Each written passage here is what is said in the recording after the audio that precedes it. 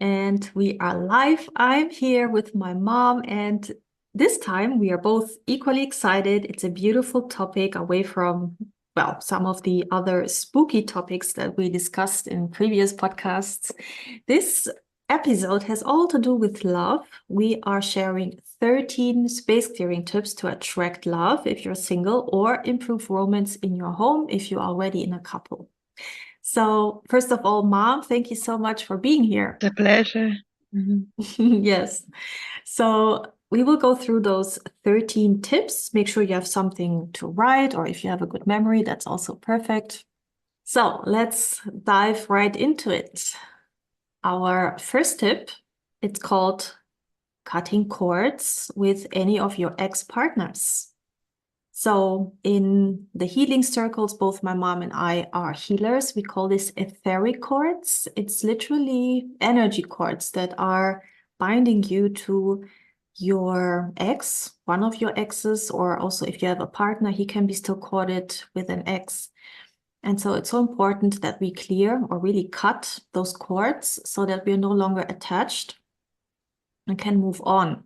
I'm sure, Mom, you had a lot of clients like I do too, that sometimes we move on too quickly into a new relationship. We haven't fully dealt with the pain from the last relationship. We are still quite attached to an ex. And sometimes it's also the resentment that keeps us attached to that person. If we can't forgive, we can't move on. That's the instance where this etheric cord might be present. Would you agree to that you had these kind of cases too? I did have, yes. Yes, so indeed, both of us, we have been helping clients with moving on after all sorts of relationships, be it karmic relationships, normal relationships, but where there's still a huge emotional attachment. So cutting cords will be essential because there's no space clearing that we can do or that you can do in your own home if you're still energetically attached to a person from your past. It will literally prevent a new person to come in. So that's a huge, huge, huge, huge thing to do.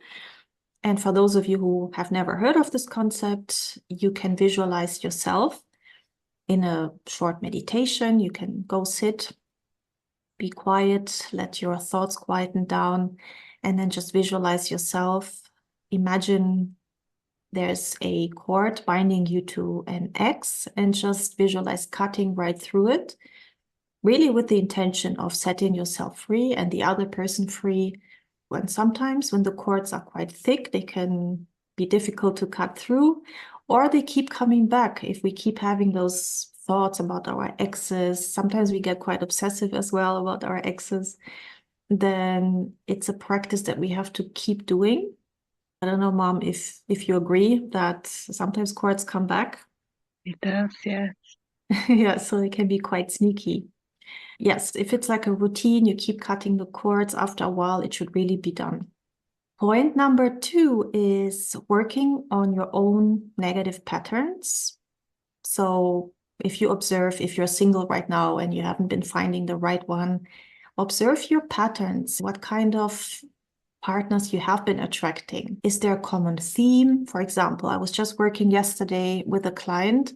She's been always attracting men who would come into her life and then disappear, either because they had projects abroad and then they would be 3 months abroad, or they just had lots of work trips, or they would just come in and out. And she didn't make that connection herself, but I asked her, did one of your family members, your dad, for example, what was your relationship with him? And then she said he used to disappear and he could be gone for a week or a couple of days, and her mom wouldn't know where he was, if he would come back, when he does come back. And so she's literally recreating the same pattern that she went through as a child and finding those same patterns again now.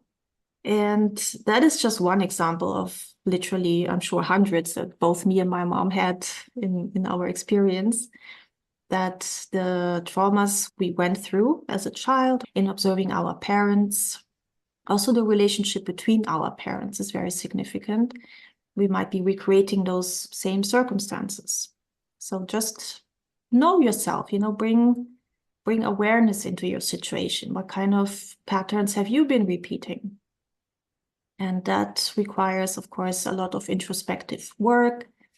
Some people do want to work with an expert, a coach, a healer, psychotherapist, counselor, hypnotherapist, whatever it is that you feel attracted to. Sometimes it really helps to dive into that. And that includes inner child healing. So inner child healing is a very powerful healing journey to let go of all that trauma that we accumulated in childhood. So that was all point number 2, because again, no amount of space clearing will help anyone if we all keep repeating negative patterns subconsciously or even consciously, because yeah, it won't work. Very true, yes. And point number 3, my mom is super excited about, because she loves the idea of an altar. And it's a sacred union altar. Right, Mom? Yes, it is. Yes, so it's like a physical representation of a sacred union. And you can call it in a way that, it's more relevant to you. Some people call it sacred union. Some call it divine union. You might just call it, love altar, or an altar to, I don't know, increase romance, find your soulmate, whatever it is you like to call it. And there you can place positive affirmations around love that you write yourself or that you found somewhere, and you just place it there and you keep rereading them. And some women and clients really like the concept of oracle cards, that they can just pull once in a while a message about love. And then incense you can put up there. Any visual representations or symbols that remind you of love. And then the colors, red or pink, both represent love and passion. Yes, that's the idea of the sacred union altar, that you have a place where you go to physically, and be it daily, be it once a week, but it's like a routine. You build a relationship with this place, but also by being there, you build a stronger relationship with yourself and your idea of attracting more love or improving your current relationship. Mom, is there anything else you want to add to the sacred union altar? No, it's only important that you reflect, meditate about it. Yeah, I agree. It's a nice place to meditate, to reflect on your goals as well, because it's so important. So yes, number 4, gratitude practice. Gratitude will instantly elevate not just your energy, but the space you inhabit, like your apartment, your home. Gratitude, if you feel it every single day through your gratitude practice, will really bring the whole vibration of your home to a whole different level. And for those of you who are single, I've been there too. Sometimes it's really hard to be grateful when you're single, and it's like dating the wrong people and you are heartbroken and it's hard to find gratitude. But I have to say, when I practiced it, you do get into it and you always find reasons to be grateful about, even if you just went through a heartbreak or, it's really dark times for you. There will always be something that you can find to be grateful. Number 5. Visualize your sacred union. Be it if you're single, you just visualize what this relationship could look like, what it would feel like, especially what does it feel like to be in love with the right person, go into the emotional side of things. If you are in a relationship, of course, visualize the current relationship improving, being healthy, fulfilling, loving, loyal, and anything else that is important to you about your current relationship. Number 6, and those are tips that come from Feng Shui, but we also use it with space clearing. It's the notion of paying attention to the kind of paintings you have on the wall or the decorations you have in your home. Last week, I had a client, she had all sorts of paintings, beautiful paintings, but it was always just one person, one woman. She had this thing for paintings with one woman on the wall. And that is just the energy of, it's just one person, right? And so she just keeps manifesting more of that, just being always this one person. So my suggestion here is to either put paintings with 2 people, or any paintings that remind you of sacred union, or to put something neutral that has nothing to do with people. And then the same for decorations. If you have little statues or like a little animal statue, whatever it is, if it's just one, always make sure you buy it in 2. every time you look at it, you will see, oh, there's two of that. And I want to manifest the same. I want this union. I want romance. I want to improve my relationship or attract a relationship. And those are visual representations of that. Also from Feng Shui, it's the tip of creating space in your wardrobe, especially if you're single now, this one, to create space in the wardrobe. So your partner, your divine partner that you're attracting could literally move into your space and settle in nicely without the whole apartment being crowded with your own things. So decluttering plays a big role here, making space for somebody to come into your home and settling in. And number 7, picking up on this notion of decluttering, but going deeper here, everything that has to do with sentimental value around a relationship you had. So that was, remember, point number 1, cutting cords with ex-partners. So any sentimental items you still have at home that reminds you of that relationship. Some people literally still have a picture up on the wall from their ex-partner that I told them to remove. Anything of sentimental value that you keep finding. When I was trying to find my divine partner, I went through all my boxes. I really removed things that I no longer needed from sentimental values from ex-partners.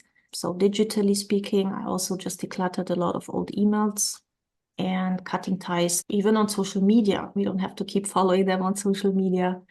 So everything you can think of, there might be many more things you come up with on your own to really cut ties, move on, and remove any sentimental items. That brings us to number 8, that my mom is also quite keen on, aromatherapy. Yes, I am. Aromatherapy is very important too. Yeah. So she picked 3 of her favorite ones that both attract love, but also improve the love that you have already. And those are rose, lavender, and jasmine. If you have any of those or all 3, you can also put it on your sacred union altar or in your bedroom, wherever you want it to smell nice. Something that really raises the vibration of your home as well at the same time. Number 9, crystal stones. So my mom gave us here a list of crystal stones that are really good. One you probably all heard of already is rose quartz. That is really to attract love. It's like probably most well-known crystal stone for that, right, Mom? That's correct, yeah. And I remember when I was single, I used to buy those little stones and put them in my bra, so I would wear them all day long. Mhm. So, you can just put it in your home somewhere or on your altar in different places in your home.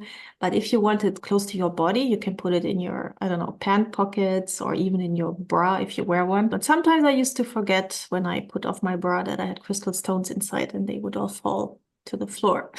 Can I say something to the last?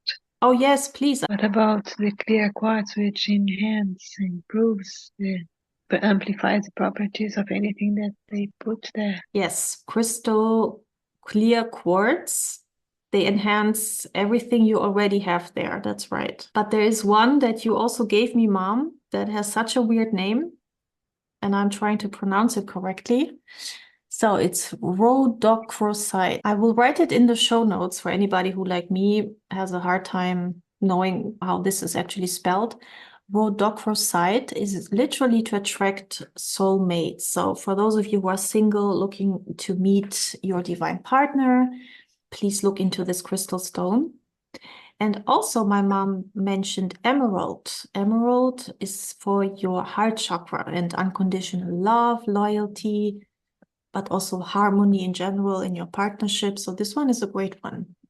So we mentioned 4 stones here that I will all put in the show notes in case it was difficult to catch them all. So number 10, I was saying nothing spooky today, but actually, yeah, there is a bit of spookiness because, of course, as space clearing experts, both my mom and I constantly come across spirits in people's homes. And just today, actually, we just came off an assessment call we had.